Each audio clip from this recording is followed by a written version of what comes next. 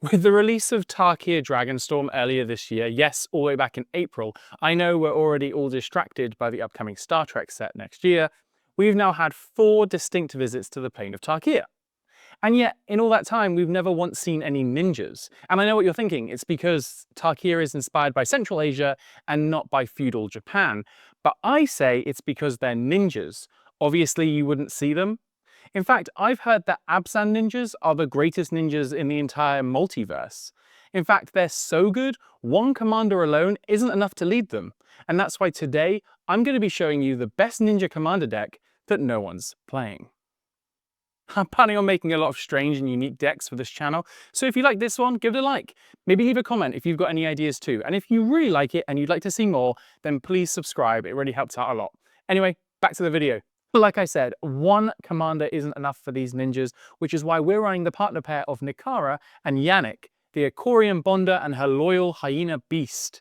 Not only does this lock in our ABZAN color identity, it also sets up the twist in the deck. So without further ado, let's take a look at these two. Nikara is a 2/2 human cleric for 3 mana with Menace. Her ability reads, whenever another creature you control leaves the battlefield, if it had a counter on it, draw a card and lose 1 life. Basically, she's Phyrexian Arena on a leash, drawing cards every time one of your souped up creatures vanishes. And that's perfect, because in Magic, ninjas are all about their signature mechanic, ninjutsu. If you can sneak in an unblocked attacker, you can bounce it back to your hand and swap in a ninja instead. Now this is where it gets interesting. If the creature you pulled back had a counter on it, Nikara triggers and you draw a card for just 1 life. Sneaky value that fits our ninja theme perfectly. And Yannick? Consider him more like a cute mascot who will spend most of the time on the sidelines, but that doesn't stop him being a good boy.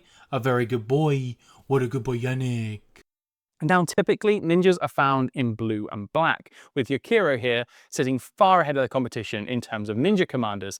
But you don't want to be the person who's sat there with a game changer in the command zone, do you? And while we do lose blue, we gain a whole new bag of tricks with green and white. Green and black ninjas such as Coiling Stalker, Kappa Tech Wrecker, and Biting Palm Ninja all slip in with their own counters while also carefully disrupting your opponent's board states. And while white only gives us 1 ninja, Blaze Blizzard Kitsune, it does give us all the utility we need to keep this deck ahead of the table. Of course, not every ninja comes with a counter, so we are going to have to put some there to make our engine purr.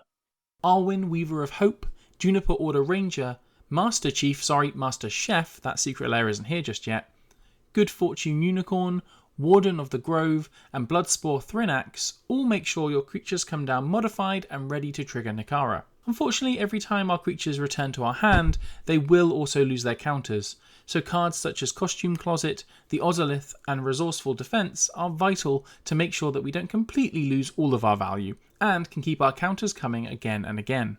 You'll soon notice that not only are you getting incremental value from your commander, but that pesky 1/3 Kappa Tech Wrecker, oh, it's a 3/6 now, and it draws a card when it leaves the battlefield in favor of another ninja. Plus, once you start adding cards such as Branching Evolution, Hardened Scales, and Kami of the Whispered Hopes, those +1/+1 counters will quickly start adding up. This is all still pretty simple stuff though. Counters being added on a creature on entry has been a staple for years. The real twist comes from cards getting benefits when things leave. Flaming Fist Officer gains a +1/+1 counter when a creature leaves, making it a perfect ninjutsu target as well. And Savior of Ollenbock will provide you with some recursion when it leaves the battlefield too. The real star of the show, though, is Lulu, Loyal Hollyphant, who will buff up your entire board at the end of turn, assuming something has left the battlefield during your turn, which, thanks to ninjutsu, is not difficult. You'll be swapping ninjas faster than a Dimir player shuffling their library, but there is a catch. Ninjutsu only works on unblocked attackers.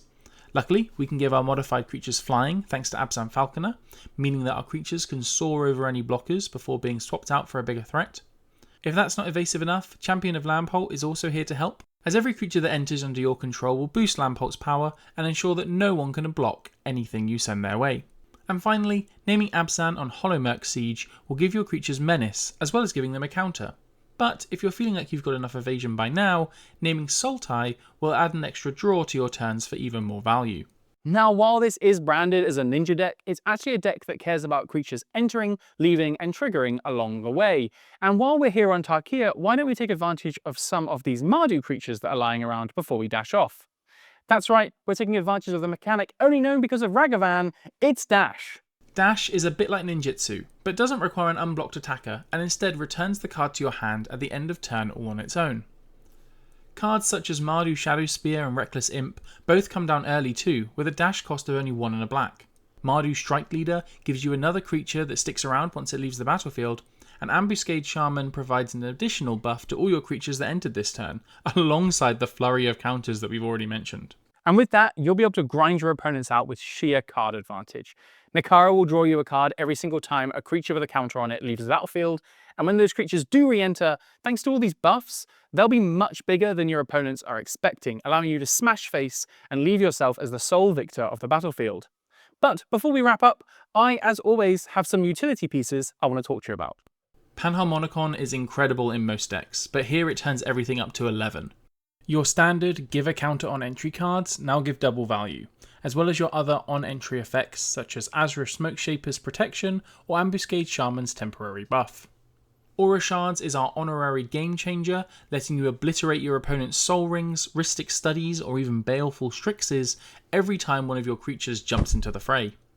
Shale, Dean of Radiance and Embrose, Dean of Shadow both provide a benefit to your board depending on how well you're doing.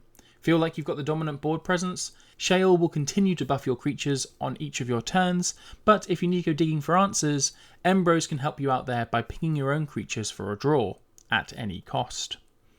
And finally, Semester's End will give you some nice board clear protection, while also bringing all your creatures back next turn, fully equipped and ready to pummel your opponents to dust. So there you have it, ABZAN Ninjas, the sneakiest deck your opponents would never see coming. And it proves that sometimes the best stealth tactic is hidden in a colour pie that no one expects. If you like this video, hit like. If you've got any suggestions for this deck or any others, leave a comment down below. And if you want to see more of this, hit subscribe. I'll see you next time.